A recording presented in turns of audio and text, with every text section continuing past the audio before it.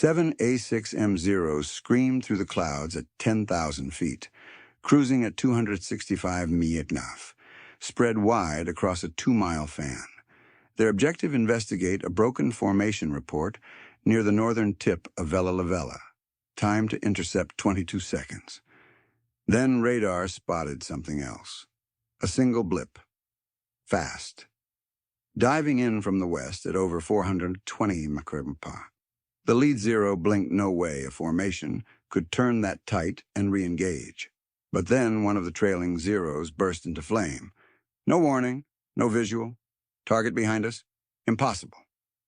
Another zero peeled left and vanished, just gone. The remaining pilots scanned furiously. Nothing. Then came the call. It's not a plane. It's a ghost. It must be a ghost. They were wrong. It was a lone F4U Corsair, flying unauthorized, alone, inside enemy airspace, using a dive angle, no flight manual approved, and no instructor had survived, below 8,000 feet. The maneuver he used had been forbidden by 3 Pacific squadrons.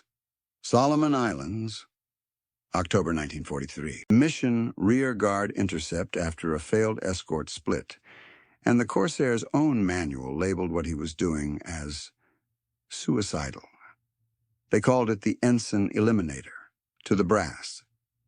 The F4U Corsair was a triumph of power, a 2,000 horsepower beast with a Chance Vought R2800 engine, capable of 446 MAP at 26,000 feet, armed with 6 50 caliber Browning machine guns, but to the rookies, it was a curse.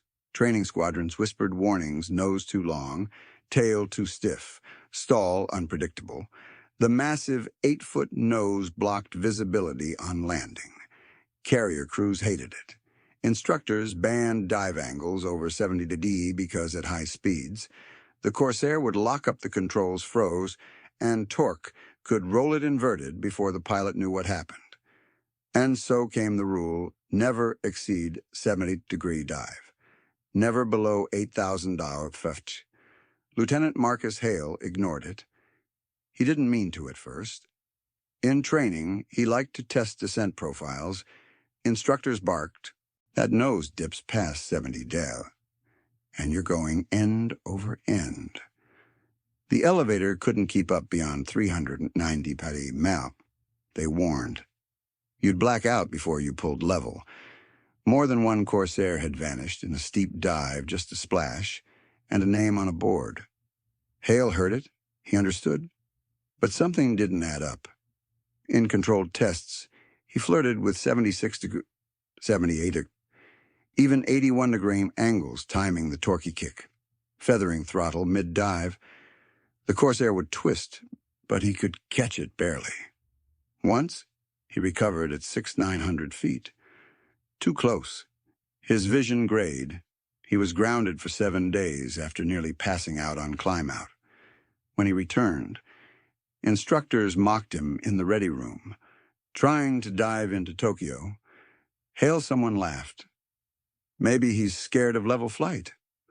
Another dropped a cup of water off the nose of a Corsair model. C.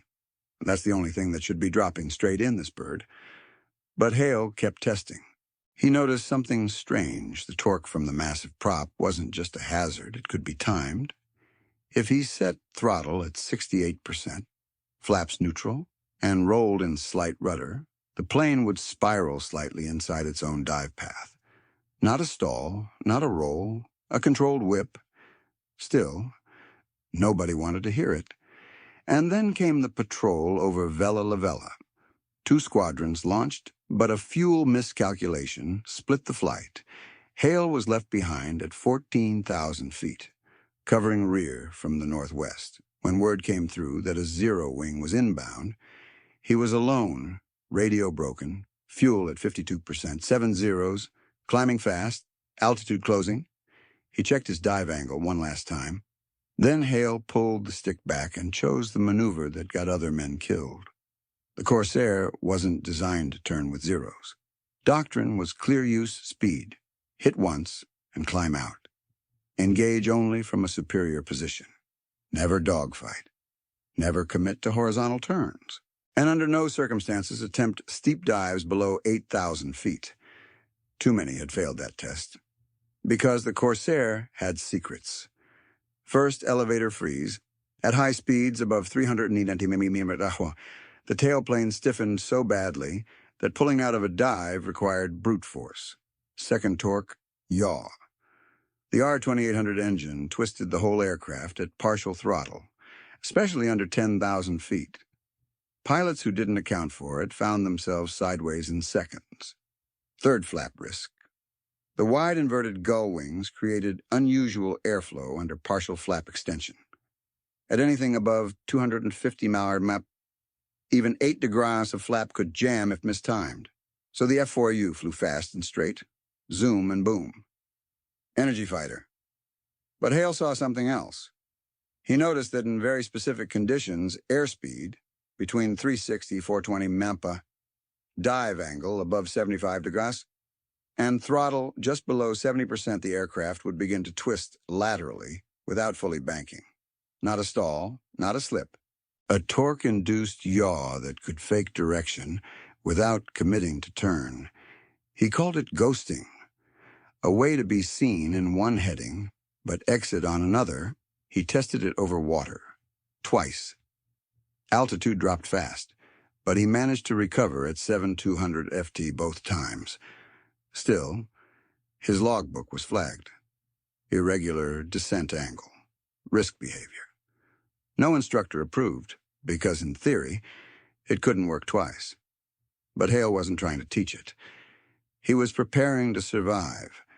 The Zeros he'd be facing were veterans, A6M3s, fast climbers, better turn rates at low speed, and lighter by over 2,000 pounds. They could turn inside him, match his vertical climb for the first few seconds, and catch him if he stalled. Worse. Their pilots were trained to bait high-speed American planes into committing, then bleed their energy and swarm. Standard doctrine wouldn't save him. He couldn't extend fuel was at 50%, too low for a sustained climb. He couldn't run, he'd lose speed in the climb and be caught in turn. And turning into them, a suicide spiral. But diving, maybe. Not a shallow dive, a vertical one. And not just vertical. One that spiraled intentionally, rolled flat midway, and used torque to exit sideways right as they committed to lead pursuit. The manuals said, don't do it. The instructors said he wouldn't pull out in time. The warnings said below 8,000 feet was death. And yet that's exactly where he was headed. At 14,200 feet. Alt. Marcus Hale throttled back to 62%, nose angle slightly down, holding a heading northwest over Vella Lavella's western ridge. The sky was glass clear, below broken cloud layer at 6,000 feet. Ahead, nothing. Behind, trouble. He spotted them 7 A6 M30s, approaching from southeast in a 2-squadron wedge, spread across a 1.8-mile front. Speed, 265 mph. They were climbing, fast, cutting altitude separation by 400 feet every 10 seconds. Estimated time until range closed to firing envelope, 50 seconds. He did the math. 0 climb rate, 3,100 hours efter min. His own descent in shallow glide negligible chained. 0 airspeed closing rate over 140 map. They would be within guns range in under 40 seconds. Worse, they weren't charging in headlong.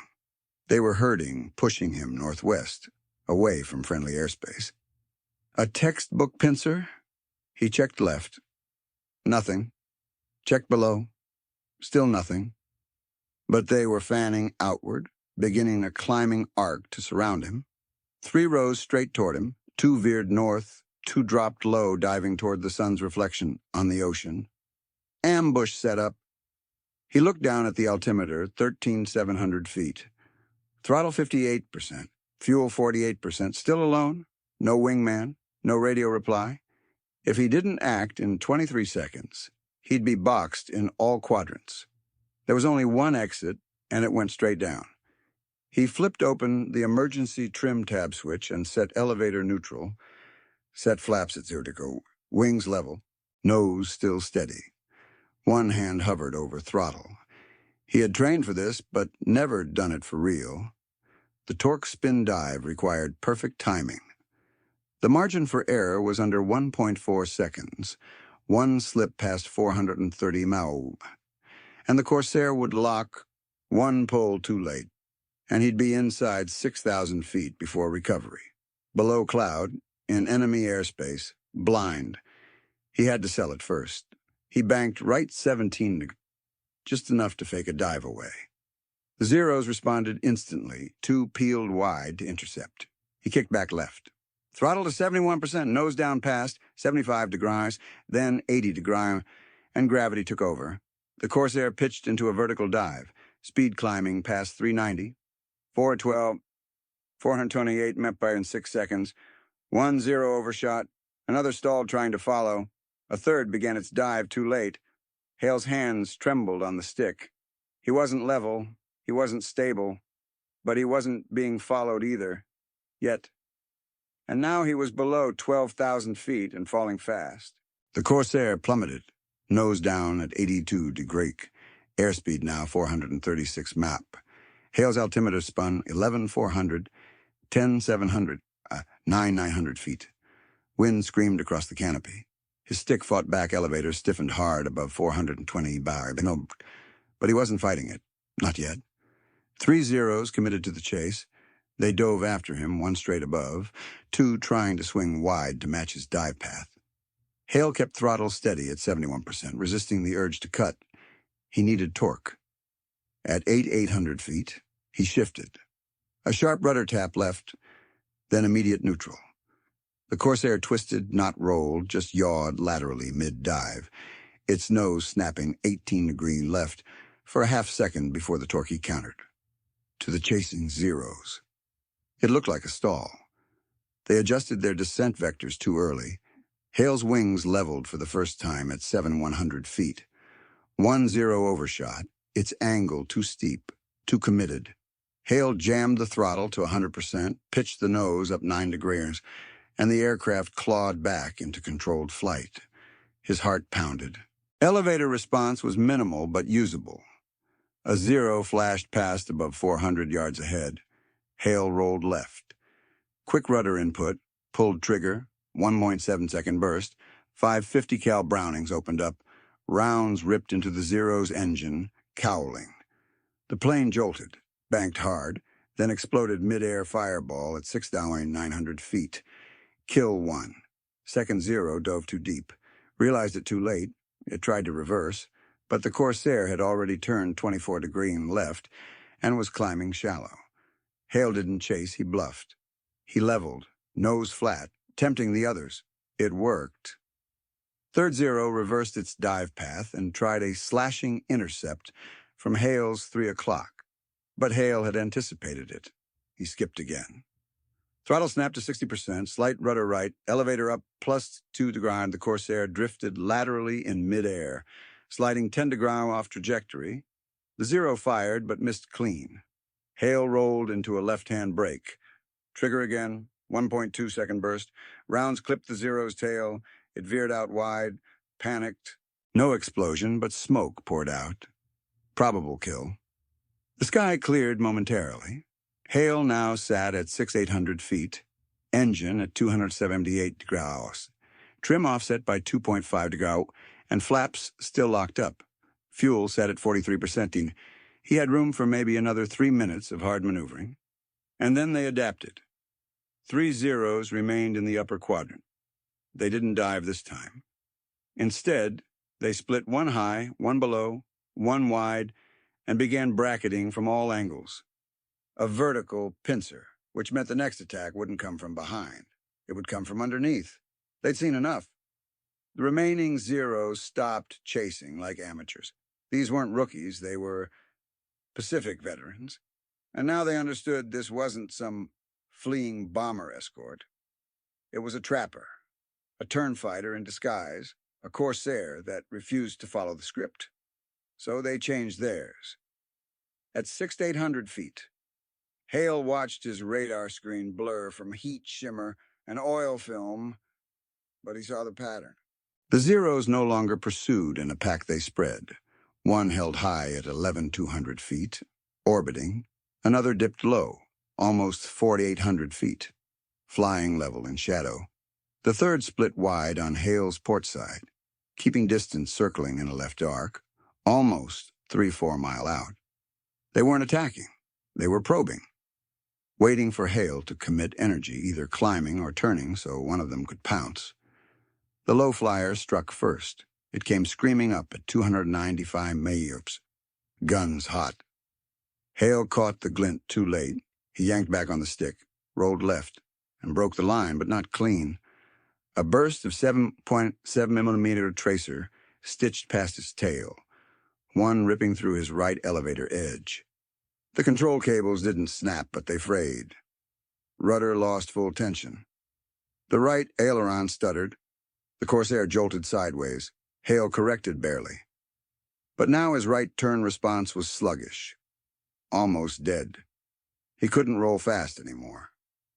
The wide Zero swept closer, 800 yards, moving tight. Hale tried a high G brake, but without clean roll control, it was all drift. The Zero fired. Rounds punched through the left wing route 3 hits, no major damage, but it shook the cockpit. The high flyer dove now. It wasn't bait anymore. It was a coordinated ambush. Hale was boxed. He dropped throttle to 48%, forced the nose down 4 to grain, trying to regain speed, but airspeed only sat at 270 mph. Not enough. Corsair's strength, high-speed maneuvering was gone. He was now a heavy, damaged airframe trying to play light fighter chess. The lower Zero pulled vertical again for another climbing shot. Hale barrel rolled to the right, too slow. At 6,200 feet, the Zero got a clean snapshot. Rounds sliced through the canopy frame. One round cracked the left side of the armored glass. Another clipped the upper edge of the main instrument panel. Warning lights lit up. Engine oil, temp 285 degree fuel. 39% left rudder lagging right, aileron degraded. Hale pulled level, then paused. 3 attackers, each now circling tighter. They weren't rushing. They were waiting for gravity, physics, and the Corsair's own damage to finish the job, and that nearly worked. Until the next Zero came from directly beneath, and Hale realized he had no clean way to turn.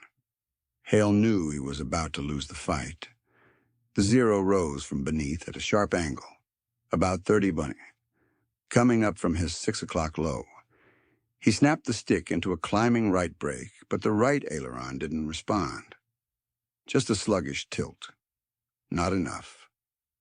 The rudder lagged, the tail dragged, and the Corsair hesitated. The burst came. 7 rounds clipped across the tail cone. One slammed through the empennage just inches from the trim cable drum. Another punched the right side fuselage skin. The aircraft bucked. Hale bit down hard. He had to move. He tried to roll again left this time, but speed was too low.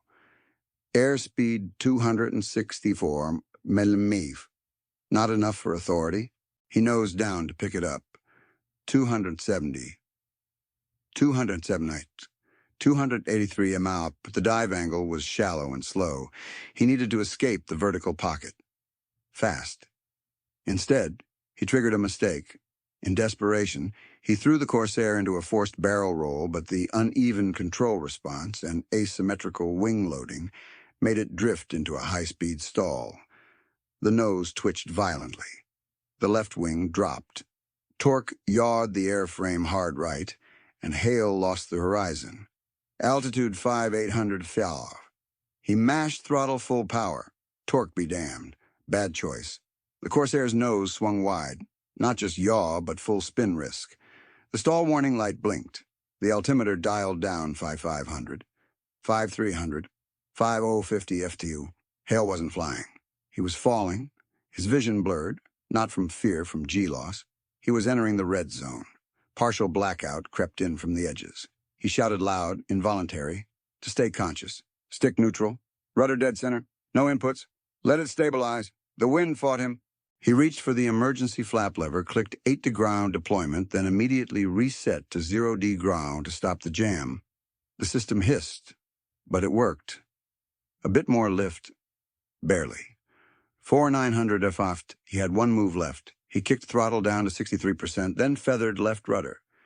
The Corsair began to flatten, but sluggish. Heavy, aileron still dragging, elevator mushy. He angled the nose 3 to ground down, counting seconds. He'd passed the blackout danger, but not the recovery threshold. His arms shook, oxygen regulator hissing, sweat in his eyes. Oil temp 293 degrees. Fuel 37%, horizon tilted 10 degrees. Drifting right, he was losing his frame of reference. Then the 0 came back, the same one from below. This time, it fired short tracers, whipped past his left wing. But it was a warning. They were still here, still hunting. He glanced at the altimeter again, 4800 foot. Too low for another stall, too high to bail out. And control surfaces still weren't clean. He needed to trick them, not outrun, not overpower. Just one fake. Fast, sideways slip. But with damaged ailerons and a weak rudder, impossible, unless he made it look uncontrolled. And to sell that, he had to fly like he was already dying. The ghost dive wasn't written in any training manual.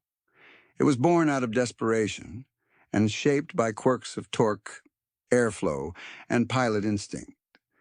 Hale had practiced it in silence, never told the instructors, never recorded it in logs. He knew it wasn't safe. But now, with 3 zeros still hunting him and partial control damage, it was the only card he had left. Here's how it worked. Step 1, throttle modulation. Instead of cutting or going full, Hale would stabilize at 63–68%, creating asymmetric engine torque, not enough to spin, but enough to throw off the aircraft's yaw balance. The R2800 engine twisted the aircraft right under load, especially at medium speed. Hale had mapped that torque. Step 2, false, neutral inputs.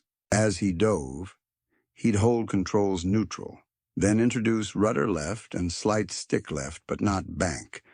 The idea was to create lateral drift, not roll. That drift appeared uncontrolled to an enemy watching from above or behind. Step 3, feather the dive. Enter angle steep 75 degrees or more, but exit shallow.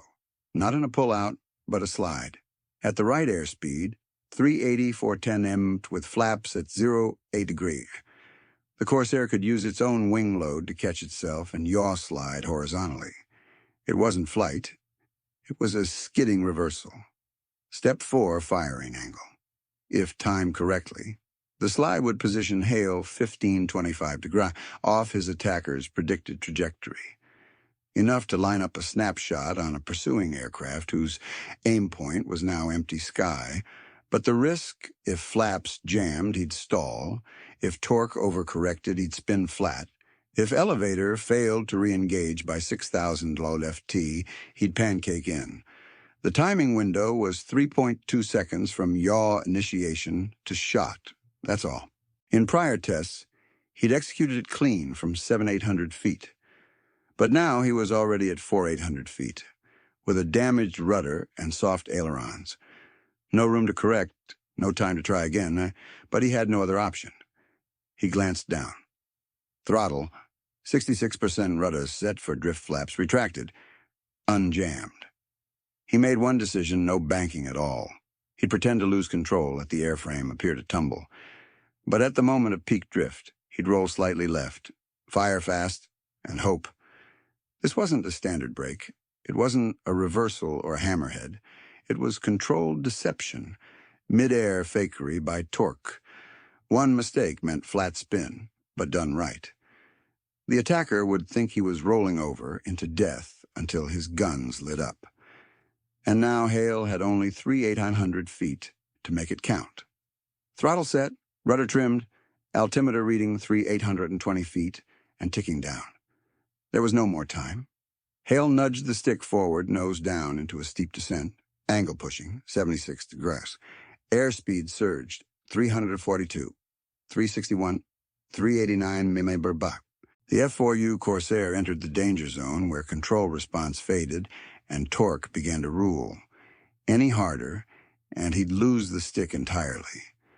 But Hale wasn't here to pull up. He was here to disappear.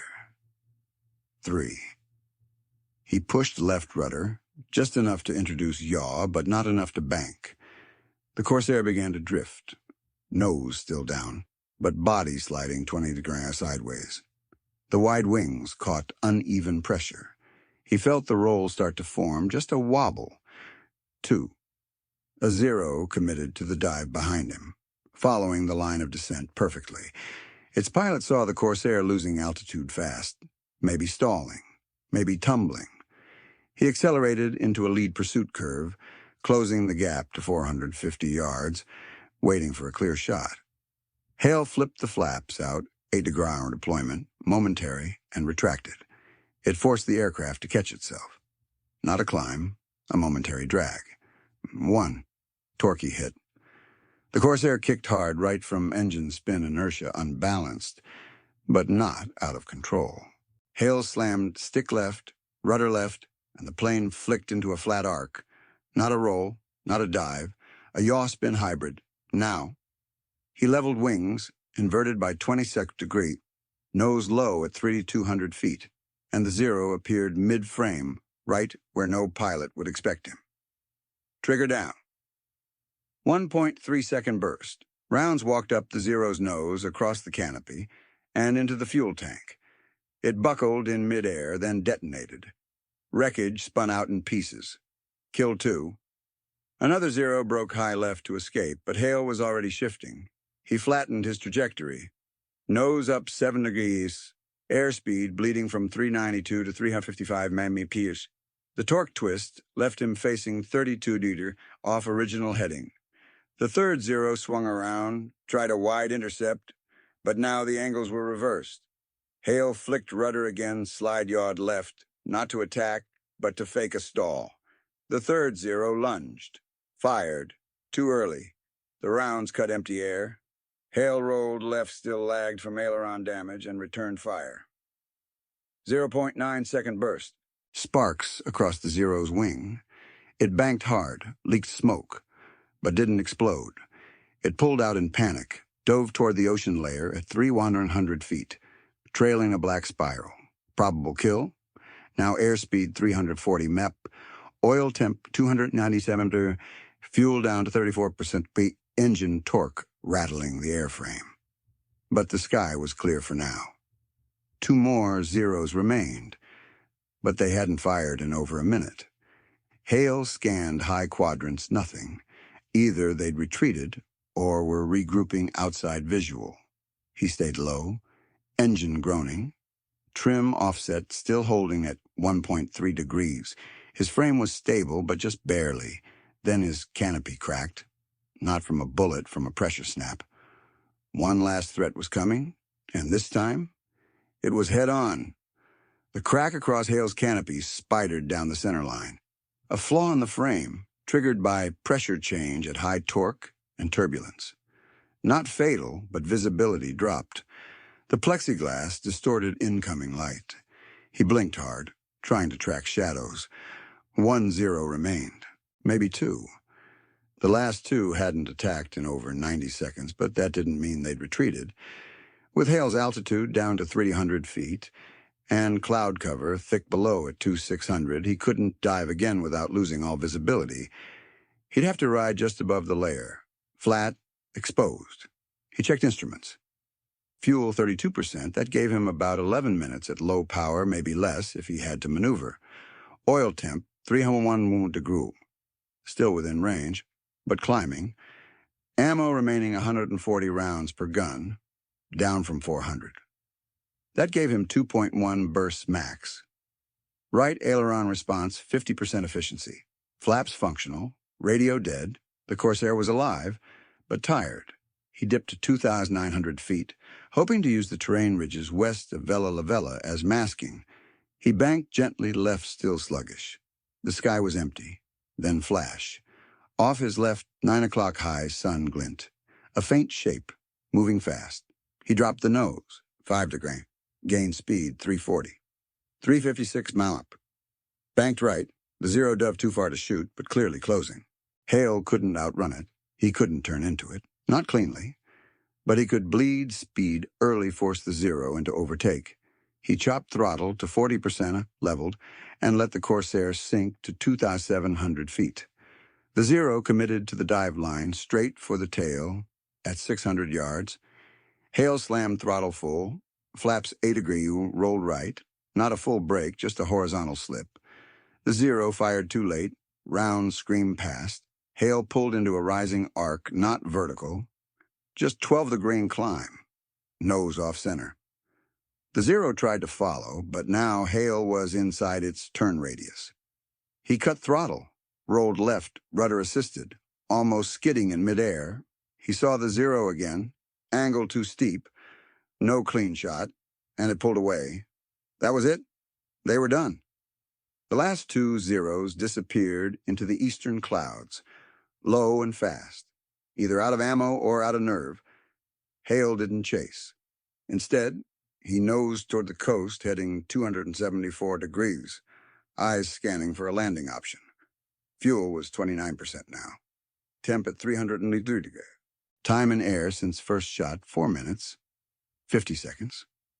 He was past the fight, but not home yet. No comms, no escort. Damage control still active.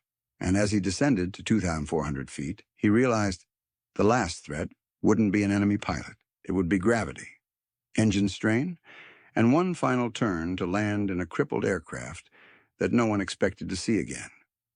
When the Corsair came in low and dirty over the western strip of Barracoma Airfield, tower control didn't even raise the flag.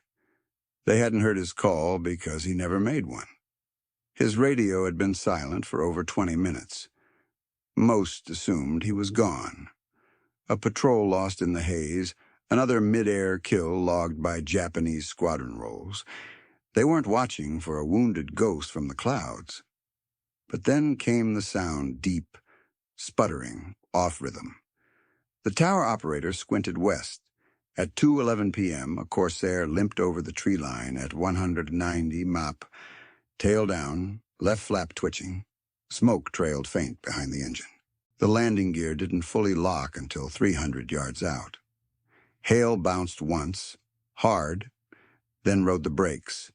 The aircraft skidded 340 yards and came to a stop with 14 gallons of fuel left. Ground crews swarmed. The left wing route had 3 entry holes. The right elevator was split open, rudder response cables shredded down to 12%. The canopy frame bore a full crack from a pressure damage, and oil pressure had hovered at the red line. It was a miracle he made it back, and the Corsair was deemed unflyable. Hale stepped out under his own power, sweating, pale, silent. Command took his gun camera reel. They said nothing. Hours later, after debrief, the footage was reviewed. Analysts counted 3 confirmed kills. Unprobable. 3 separate engagements. Total elapsed engagement time, 91 seconds. But one number triggered real concern. The dive. Dive entry angle, 82.6 degree exit altitude, 6,300 feet control lockup time, 2.4 seconds maneuver type, spiral yaw roll, non-standard recovery, the reviewing colonel barked. This isn't protocol. This is a stunt. Another officer nodded slowly, but it worked. Flight Safety Command wasn't amused. They flagged Hale's dive sequence, citing violation of training altitude floor and improper torque use. Official recommendation, flight suspension, pending further review. 2 days later, Hale was grounded, not discharged, not demoted, just sidelined. No more combat sorties. His aircraft was stripped for parts. The airframe was logged as damaged, beyond economical repair. The film classified. All copies stored under restricted review, not entered into pilot tactics records. No mention made in squadron briefings.